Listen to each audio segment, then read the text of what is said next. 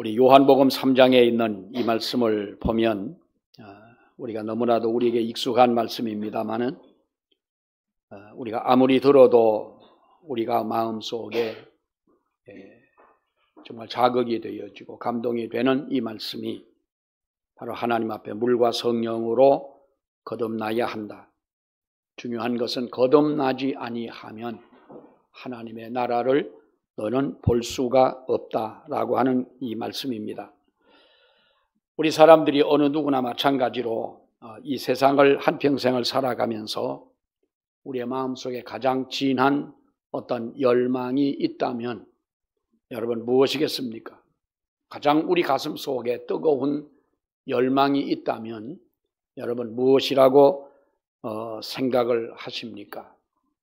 뭔가 우리는 지금보다 더 나은, 지금보다 더 행복한, 또 지금보다 더 의미 있는 어떤 변화되고 싶다라고 하는 것과 우리는 새로운 삶을 하나님 앞에 살아가고 싶다라고 하는 바로 그러한 열망을 우리 모두는 가지고 살아가는 줄 믿습니다. 사람이 새로운 미래를 향해서 나아가기 위해서 제일 중요한 것이 있다고 그럽니다. 미래를 향해 나아가는 가장 기본적이고 가장 중요한 것이 뭐냐 하면 우리는 과거로부터 해방이 되어져야 한다라고 하는 거지요.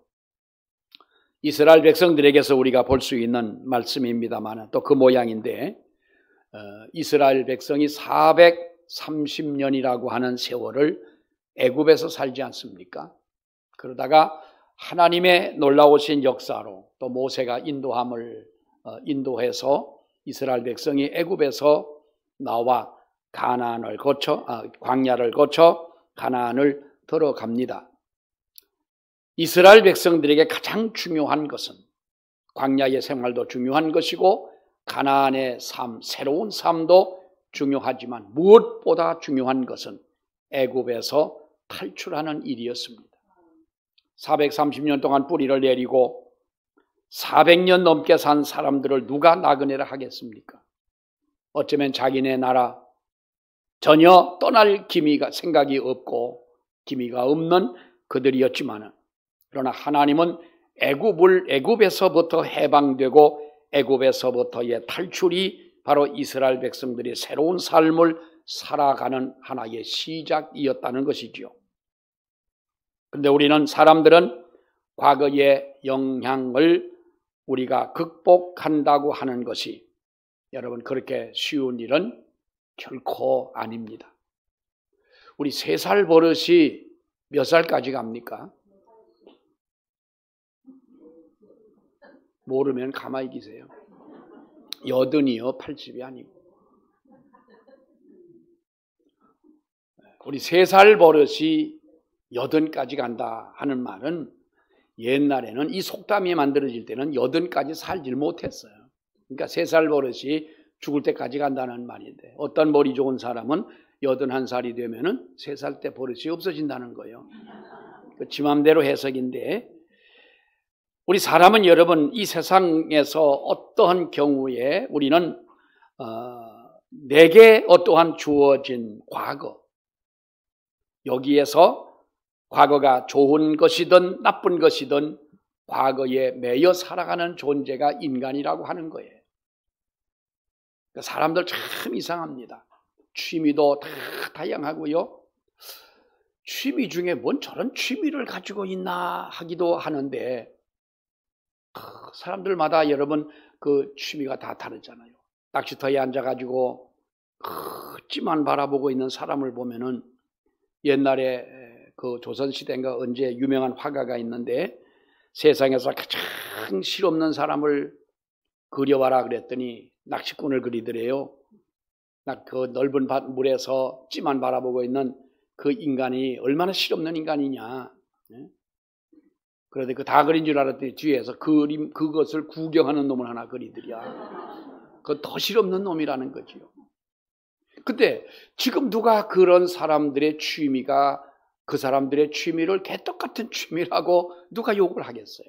그러니까 사람은 세상을 살아가며 저마다 좋은 과거이든 나쁜 과거이든 어쩌면 과거에 매여 살아가게 되고 또 자기가 어떤 심취되어져 있는 어떤 곳에 분명히 우리 사람들은 매여져 살아가고 있다는 거지요. 심리학에서 많이 쓰는 단어 가운데 하나가 바로 그 성인 아동이라는 말입니다. 우리가 성인 아동이라고 하는 말입니다. adult children이라고 하는 이 단어인데 성인 아동 혹은 성인 아이, 우리가 다 성인, 곧 우리는 다 어른인데 그런데 우리 속에 아직도 성장하지 못한 하나의 인격체가 있다는 거예요. 우리의 인격이, 우리는 다 나이가 60이 넘고 70이 넘고 80도 넘고 이렇게 나이가 많은 우리는 분명히 성인이고 어른임에도 어른임에 분명한데 아직까지 내 마음 속에는 성장하지 않고 있는 아이가 있다. 아동이 있다는 거예요.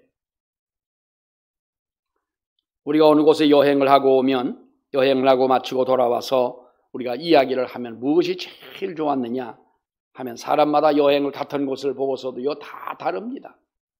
옛날에 어떤 분들이 중국을 갔다가 와가지고 그러는 거예요. 목사님 나 중국 여행 갔다가요 처음 갔던 분인데 나 다시는 중국 안 갈래요. 왜 그러냐 그랬더니 시궁창의 냄새가 얼마나 나는지 모르겠다. 여행을 가서 할 것 없이 시궁창만 보고 오냐고. 그러려면 여러분 여행 갈 이유가 없지요. 옛날에 중국은 화장실을 가면은요 이렇게 앉아가지고 이렇게 다 보였어요 사람들이. 에? 뚜껑이 없어 화장실에. 안 가보신 분은 몰라. 근데 중국은 그랬어. 내가 새 인생을 살아가면서도 여러분 그렇습니다. 우리가 세상을 살아가며 좋은 일이 많고 감사한 일도 많고 신기한 일도 많고 감동적인 것도 많은데 다 그렇게 신기하고 감동적이고 감사하고 즐겁고 행복한 것만 바라보고 마음속에 우리가 담고 살아가는 것이 아니라 사람마다 다 다르다는 거지요. 왜 이러한 심리적인 문제를 안고 살아가야만 하느냐 하는 데에는 이유가 있습니다. 하나는 불신이라고 하는 거예요. 어릴 때 여러분 어린 시절에 어떤 결정적인 충격을 받아가지고 사람들에게서 내가 사람을 믿지 못하게 되는 강한 불신적인 것을 체험하게 된 사람은 사람 안 믿습니다. 여러분들 한번 가만히 생각을 해보세요. 나는 이 많은 사람들 중에 나는 과연 내가 믿는 사람이 과연 얼마나 되느냐. 여러분 보세요. 가장 믿지 못할 게 뭐예요? 소예요, 돼지예요, 개예요, 사람이에요. 제일 믿지 못할 게 뭐예요? 아니 아시는 대로 대답하세요. 소요, 돼지요, 개요, 사람이요. 제일 믿지 못할 거. 아니 개를 믿지 못하고 있으면 개보다 못한 인간이요. 돼지를 보면서 난 저도 돼지 못 믿겠어 그러면 돼지보다도 못한 인생 아니요. 근데 이상하게요. 돼지는 믿어지고 개는 개대로 우리가 사랑하고 하는데 정말 믿지 못할 거는 사람인 거예요. 그거 봐 못 믿는다고 그러잖아요. 여러분 어떻게 우리가 세상을 살다 보면은 어린 시절에 어떤 결정적으로 내가 사람을 믿지 못하게 되는 그런 불신을 갖게 되는 거예요. 예를 들어 어린 아이가 요즘에 보면은 그 유괴하려고 하다가 실패하는 그런 일들이 많이 가끔 일어납니다만은 유괴를 당할 뻔했던 아이나 그런 것을 체험했던 아이들이라면 어른을 믿겠느냐는 거죠. 혼자서는 어디를 전혀 못 가고 엘리베이터 같은 곳을 타려고 하다가 보면은 누군가가 있으면 멈칫하고 타지 못하는. 제가 언제 한번 서울에 가서 어느 아파트 엘리베이터를 타고 올라가려고 이제 섰는데 어떤 아이가 뛰어오는 거예요.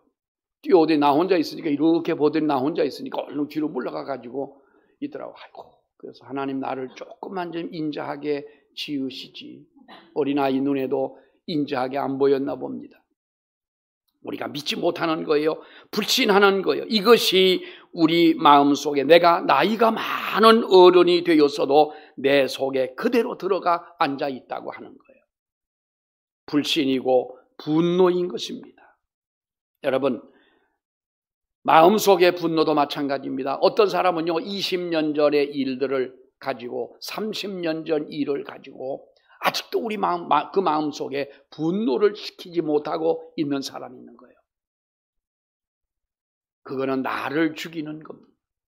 내 심령이 병들고 내 마음이 병드는 것 아니겠어요? 또 하나는 우리가 거절입니다. 어린 시절에 예를 들어 부모에게 버림을 받고 또 우리는 친구들에게 버림을 받고 가장 문제가 되는 것이 우리가 학창시절 예민할 때 요즘은 뭐 초등학교에 사춘기가 오잖아요. 사춘기 때에 중고등학교 때에 만약에 학교에서 따돌림을 당한다면 왕따를 당하게 된다면 이 왕따를 당하고 그저 스스로 이기고 나가는 아이들도 있긴 하지만은 대다수의 많은 학생들이 어떻게 됩니까? 누군가에게 버림을 받았다고 하는 거절을 당했다고 하는 그것이 나이가 들어 커서도 누군가가 나를 버릴까 두려워하는 그 마음이 생긴다는 거예요. 그러니까 어떤 젊은 부인이 결혼을 했습니다. 젊은 부인이 결혼을 했진 않았겠지요. 결혼을 하고 젊은 부인인데 신랑에 대해서 안절부절하는 거예요.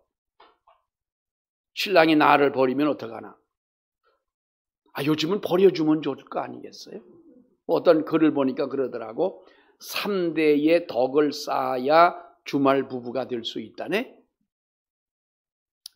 이해하는 분은 이해하실 거예요. 뭔 말인지 3대가 덕을 쌓아야 주말 부부가 일주일에 한 번 만나는 부부가 좋다는 거예요.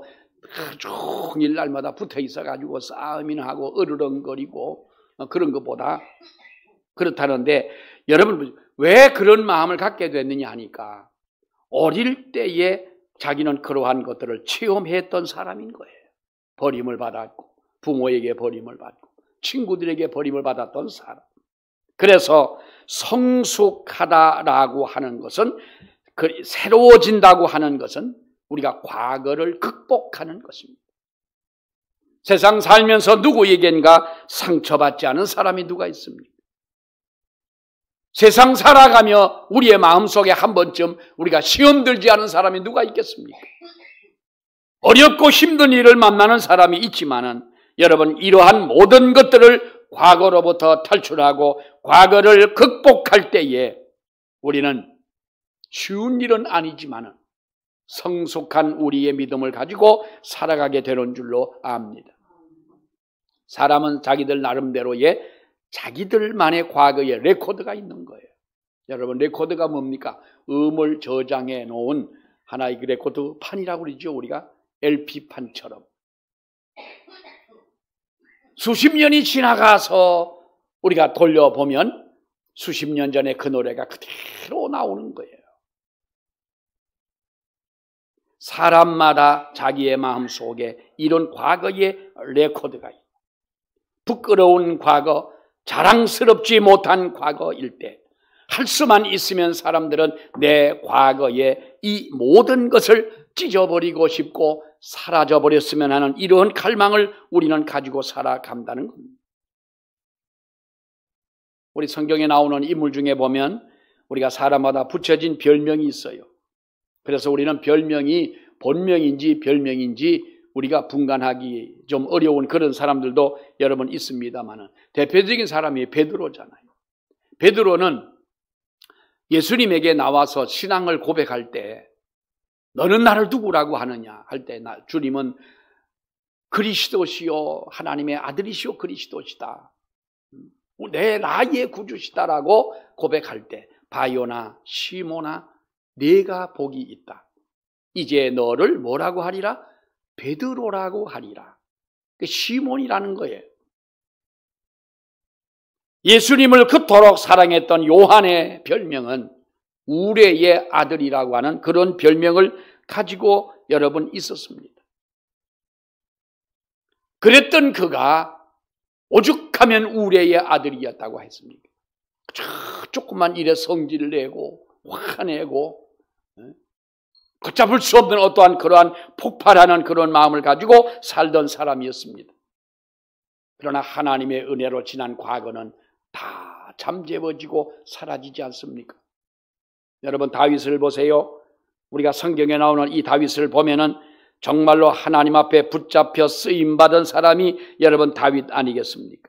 그러나 어느 날 다윗은 자기 인생의 결정적인 오점을 하나를 남기게 됩니다.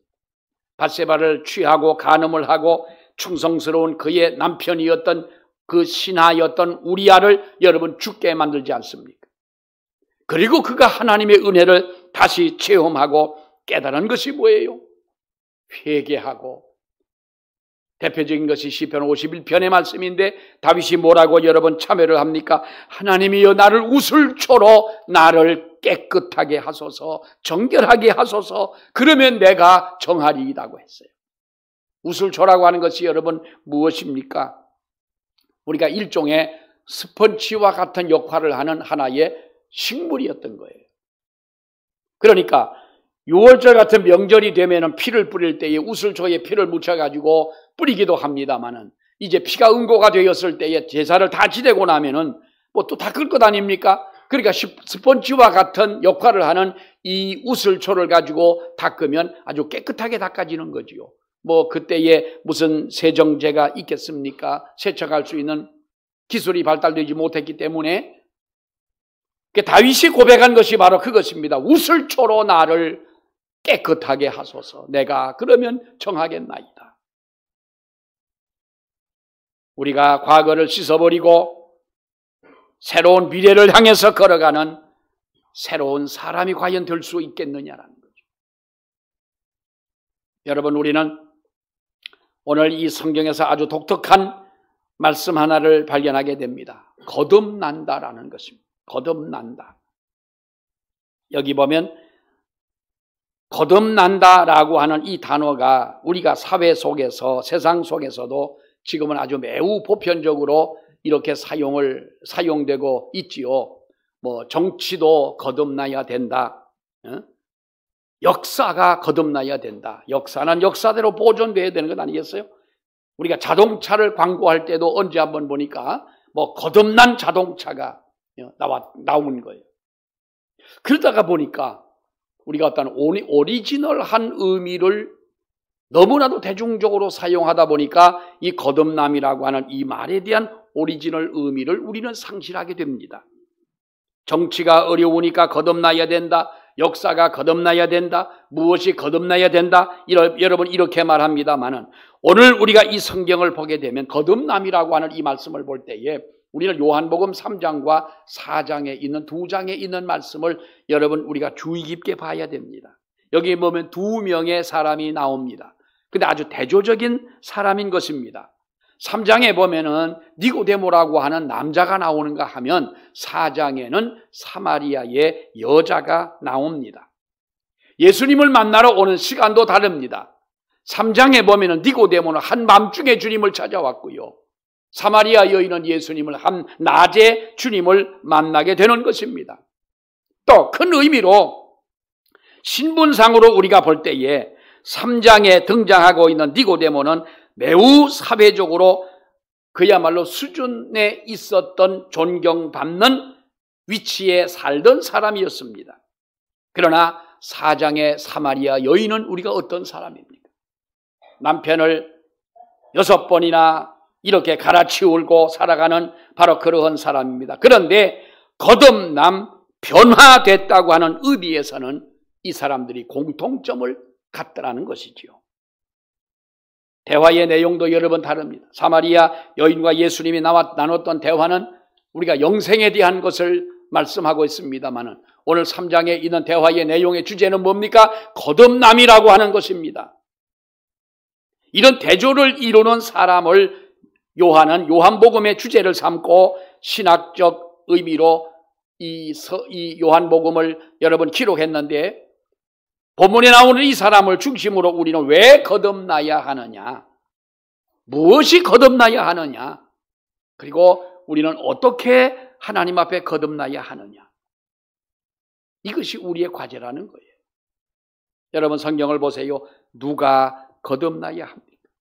3장 1절의 말씀을 보게 되면 바리새인 중에 니고데모라는 사람이 있으니 유대인의 지도자라 그럽니다.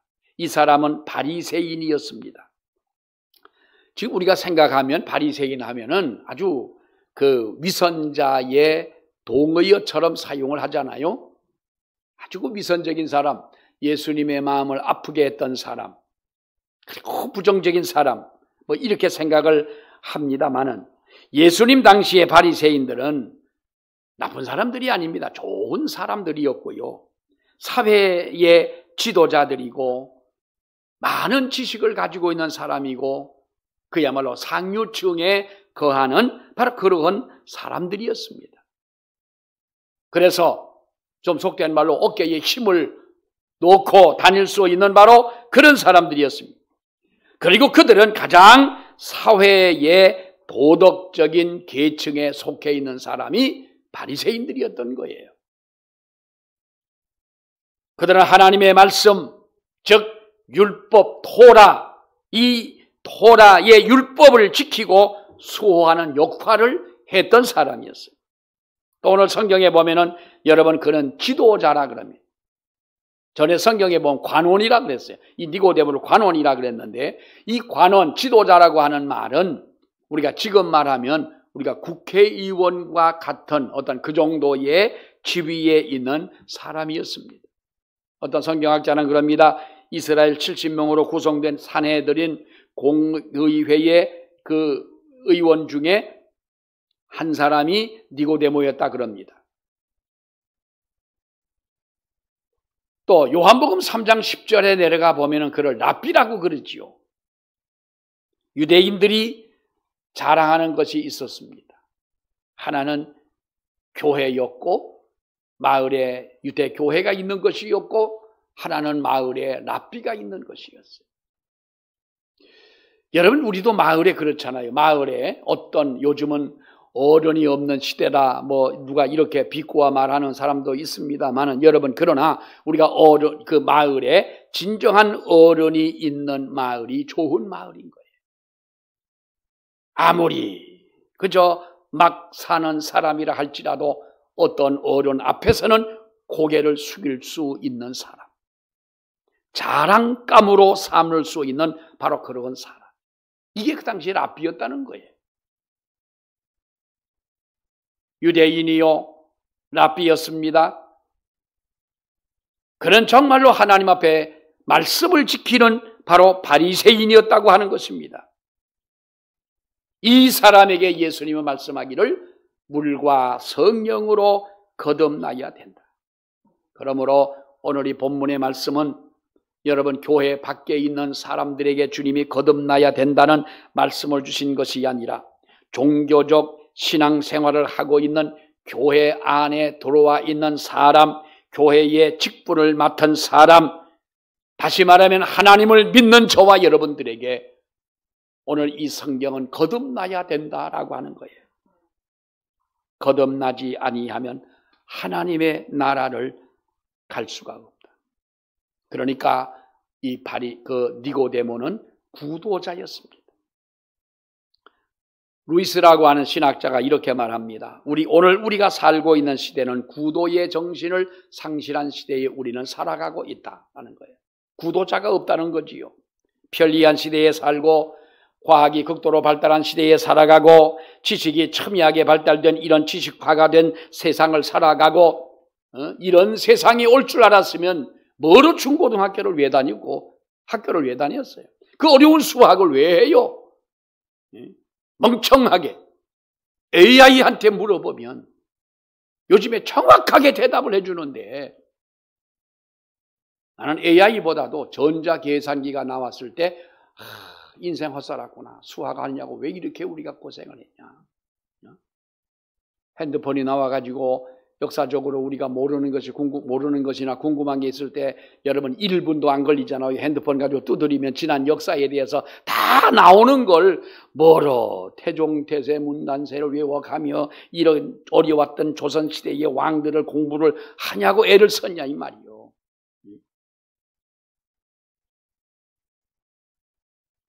자, 우리가 이런 편리한 시대를 살아갑니다. 그러니까 아쉬움이 없습니다. 내가 무엇인가 아쉬워 누군가를 찾아가야 하는 그런 시대는 이제는 아니잖아요.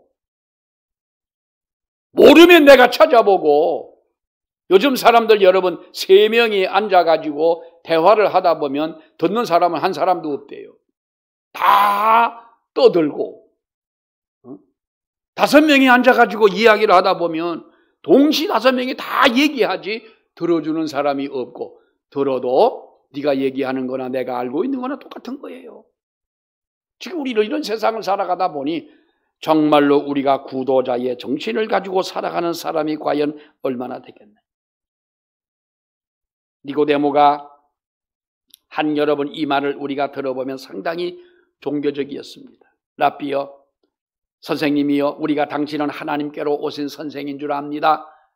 그리고 하나님이 함께 하시지 아니하신다면 당신이 베푸는 능력과 기적과 이 모든 것을 감히 사람이 할 수 없는 줄 우리는 압니다. 얼마나 예수님에게 우아하게 접근을 합니까? 우아하다는 말에 사전을 찾아보세요. 우라지게 아부한다. 국어사전에 우아하게,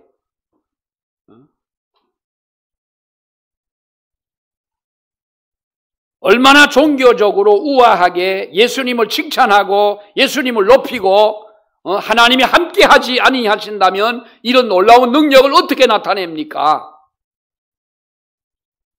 여러분, 니고데모가 이렇게 예수님 앞에 찾아간 것은 아부하기 위해 간 것은 아니죠. 예수님을 알고 예수님의 능력을 알았던 사람인 거예요. 예수님은 여러분 그에게 말씀하십니다. 네가 물과 성령으로 거듭나지 아니하면 하나님의 나라에 들어가지 못한다. 우리가 하나님의 나라에 들어가지 못한다면 세상의 그 모든 것은 여러분 아무것도 아닙니다. 존경받는 자리에 앉아있던 니고데모입니다. 많은 지식을 가지고 있는 사람이었습니다. 남이 가지고 있지 못한 명예를 가지고 살아갑니다. 70인이라고 하는 그 공회의원의 회원입니다. 이렇게 뛰어난 것을 가지고 살아갔지만은 그러나 네가 거듭나지 못한다면 하나님 나라에 들어갈 수가 없다는 거예요. 거듭나지 못한다면 우리는 아무것도 아니라고 하는 거예요. 예수님은 여러분 이렇게 우리를 거듭나라고 우리에게 말씀을 해주고 있습니다. 거듭나야 된다고 하는 이 말을 여러분 우리가 보면 You must라고, 영어로 you must라는 이 조동사가 쓰여지는데요. 우리가 이 말을 보면은 You must be born again. 이 말이 강조하고 있는 것이 뭐냐 하면 거듭나도 좋고 거듭나지 못해도 좋다라는 것이 아닙니다. 예수를 믿어도 좋고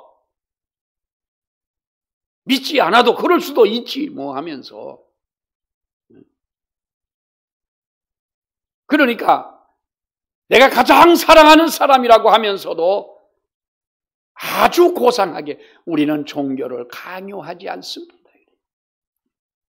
종교를 강요해야 되는 것은 아니지만은 내가 확실하게 하나님의 은혜로 거듭나고 내가 정말로 하나님의 나라가 있음을 알고 예수를 믿지 아니하면 하나님 나라에 들어갈 수 없다는 사실을 내가 분명히 인지한 신앙을 가지고 살아간다면 이걸 강요한다 안 한다라는 말을 할 수가 있겠느냐라는 말이에요.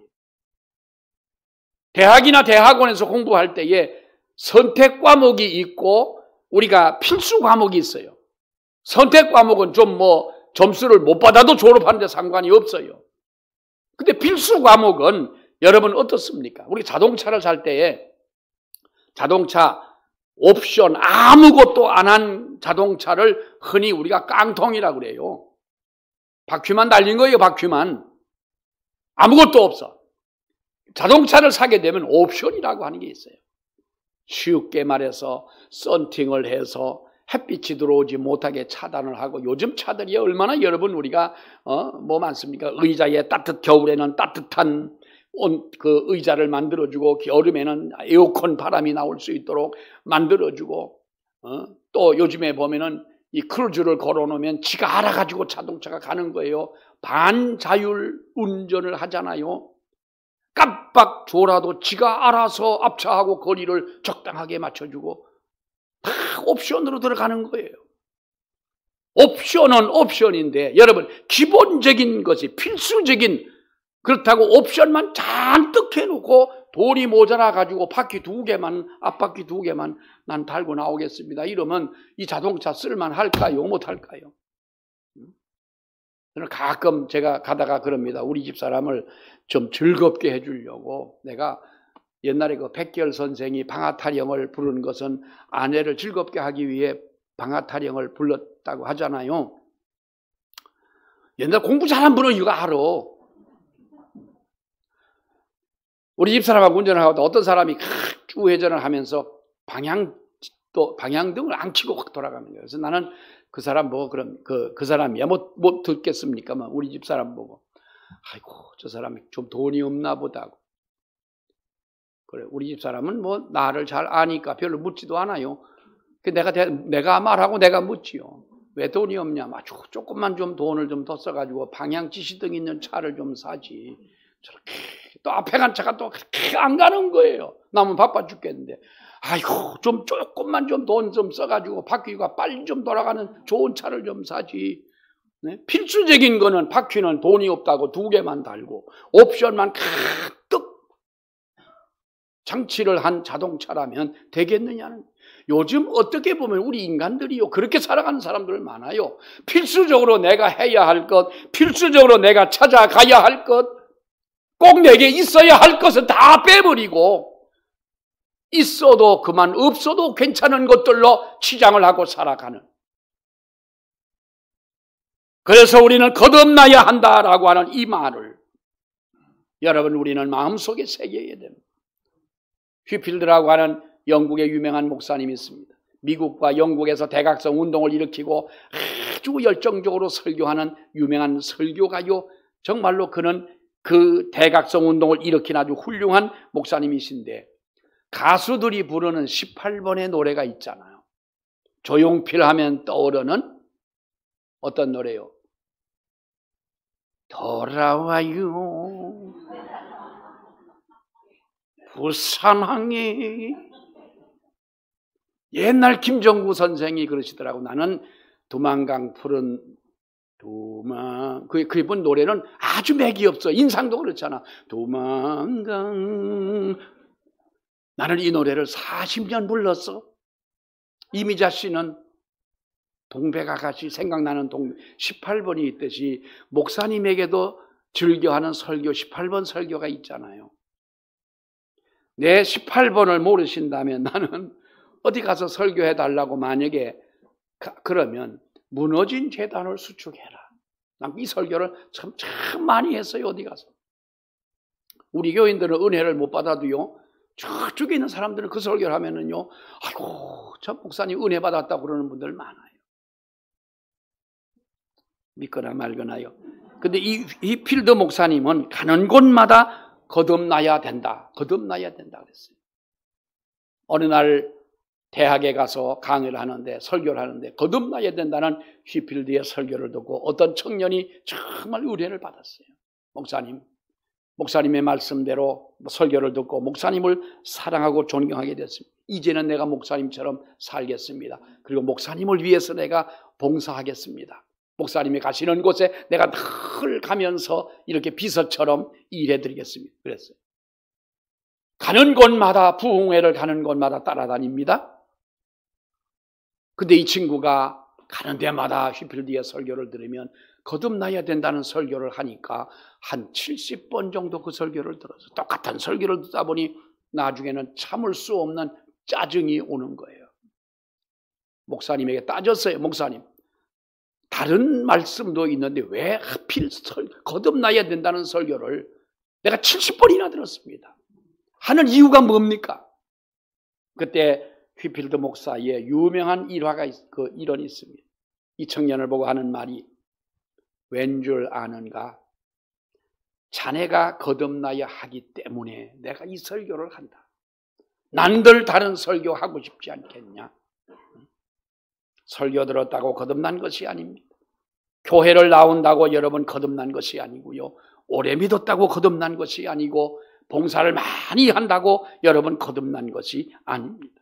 우리는 물과 성령으로 거듭나서 하나님의 말씀과 하나님의 성령이 인도하는 대로 살아가는 저와 여러분이 되어야 할 줄로 믿습니다. 이 은혜가 있기를 축원합니다. 기도하겠습니다. 하나님의 은혜를 감사합니다. 물과 성령으로 거듭나라 말씀하신 귀한 말씀처럼 주여 우리도 하나님의 말씀과 은혜로 성령으로 거듭나는 저희가 되기를 아버지여 원합니다.